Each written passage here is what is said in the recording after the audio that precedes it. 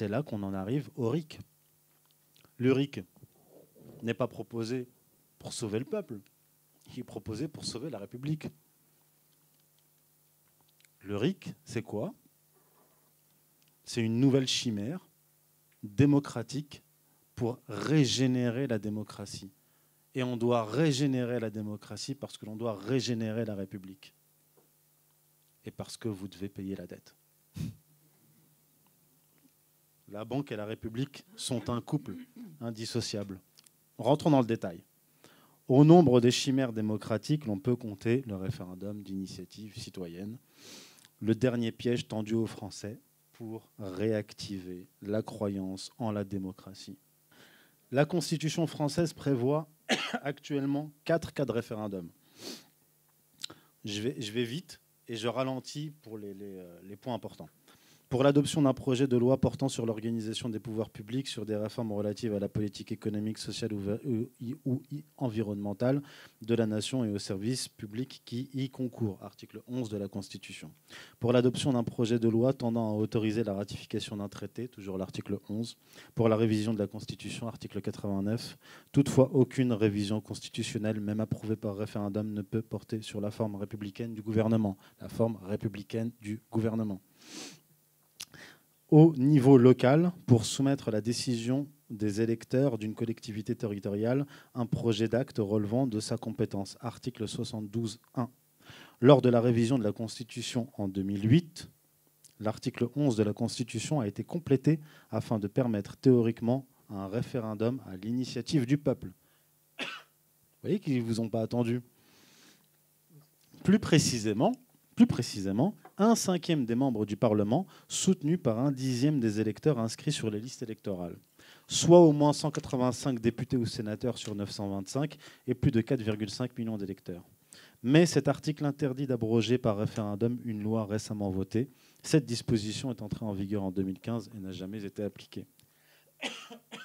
Cette révision de la Constitution a également conduit à un apport à l'article 4 qui garantit les expressions pluralistes des opinions et la participation équitable des partis et groupements politiques à la vie démocratique de la nation, blablabla. Bla bla. À quoi s'ajoute l'article 51.1 qui oblige de reconnaître des droits spécifiques aux groupes d'opposition de cette Assemblée ainsi qu'à ces groupes minoritaires. Une révision de la Constitution qui tend donc vers plus de démocratie directe et de pluralité d'opinions politiques. On a vu ce que ça a donné ces 10 dernières années. Or, cette révision intervient sous le mandat de Nicolas Sarkozy. Période où le pouvoir s'est encore plus concentré dans les mains de l'oligarchie, qui a porté Sarkozy au pouvoir, où les inégalités sociales ont été exacerbées, où la finance a été choyée, notamment durant la crise financière de fin octobre 2008, avec le renflouement des banques par l'État français avec l'argent du contribuable et sans aucune contrepartie. Détail. L'État français a investi de pseudo-fonds propres. En réalité, il s'agissait d'un prêt sur 5 ans. Un prêt donc à hauteur de 10,5 milliards d'euros accordé à 6 banques. BNP Paribas, je dis ça pour les gilets jaunes, BNP Paribas, Crédit Agricole, Banque Populaire, Crédit Mutuel, Société Générale, Caisse d'épargne, qui ne donnait par conséquent à l'État aucun pouvoir décisionnel. Alors que c'était l'occasion de racheter ces banques avec 1 euro symbolique. D'ailleurs, en 2007, l'année où il est arrivé au pouvoir, Nicolas Sarkozy a imposé aux Français le traité de Lisbonne, qui reprenait en majorité le contenu du traité de 2004 que le peuple avait refusé lors du référendum de 2005. La démocratie, vous l'avez compris, est donc un faux semblant, une illusion, une incantation, raison pour laquelle l'oligarchie n'est pas fondamentalement opposée au RIC. D'ailleurs, le 3 décembre 2018, ça faisait à peu près 2 semaines que le mouvement des Gilets jaunes avait démarré. C'était le 17 novembre. 3 décembre 2018, en pleine crise, le député Les Républicains du Vaucluse, Julien Aubert, secrétaire général adjoint du parti, a déposé une proposition de loi pour assouplir l'article 11 en abaissant le seuil de signature à 1,5 million de citoyens et celui des parlementaires à l'initiative de la procédure à 4 députés ou 4 sénateurs de 4 groupes différents.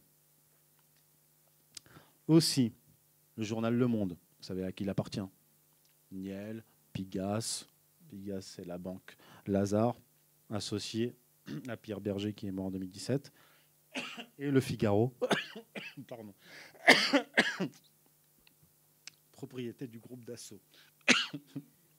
Du groupe Dassault. Deux organes de la propagande oligarchique qui se font les promoteurs du RIC. Dans un article du journal Le Monde en date du 7 décembre 2018, on lit 7 décembre. Dans la liste largement partagée de 42 revendications de Gilets jaunes figure l'instauration, c'est difficile, dans la constitution d'un référendum populaire. Contrairement à d'autres projets qui restent assez flous, les modalités de celui-ci sont détaillées. Je vous passe les détails. À la différence des systèmes existants en France, ni le gouvernement, ni les députés ou sénateurs ne seraient associés au lancement de ce référendum et le nombre de signatures à obtenir serait sensiblement moins élevé. Parmi les initiatives fréquemment relayées sur Facebook par certains gilets jaunes figure celle du RIC, qui propose d'utiliser ce mécanisme pour supprimer une loi injuste et révoquer le mandat d'un représentant. Le Figaro, du 16 décembre 2018, qualifiera le RIC de dimension la plus profonde des Gilets jaunes et d'ajouter « Si les revendications des Gilets jaunes sont parfois floues, celle-ci a le mérite d'être précise dans son énoncé. » Et cet article cite Jacques de Saint-Victor, historien du droit, qui estime que les référendums d'initiative citoyenne, RIC, peuvent être une bonne idée. Il est aussi chroniqueur au Figaro Magazine. Il est de la maison. Il dit « Il s'agit d'un mécanisme semi-direct compatible avec une démocratie représentative à l'image de l'Italie où il existe depuis 1945. Dans le contexte actuel, cela peut permettre de trouver un compromis entre les gilets jaunes et le système politique fragilisé. Il me semble que la Ve République pourrait être adaptée à un RIC à condition de l'encadrer pour ne pas créer d'instabilité. »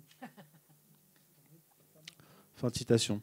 Donc, voici la stratégie actuelle, leur stratégie.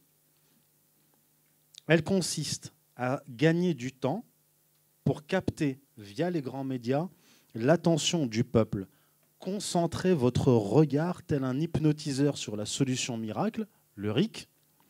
Lorsque la croyance dans le RIC se sera suffisamment répandue à travers le peuple, le régime attirera les gilets jaunes, qui imagineront avoir eu gain de cause, vers une négociation sur le RIC pour sauver la République. Les gilets jaunes se trouveront alors divisés en au moins deux camps. D'une part, ceux qui sont des démocrates respectables, pacifistes, qui acceptent la négociation, et les autres, qui la refusent, seront catégorisés fascistes, antisémites, ayant des arrière-pensées politiques renvoyant aux heures les plus sombres, etc. etc. Quelle que serait l'issue d'une telle négociation, le peuple français en sortirait à coup sûr perdant. Donc le problème n'étant pas la démocratie, la solution ne peut pas être le RIC.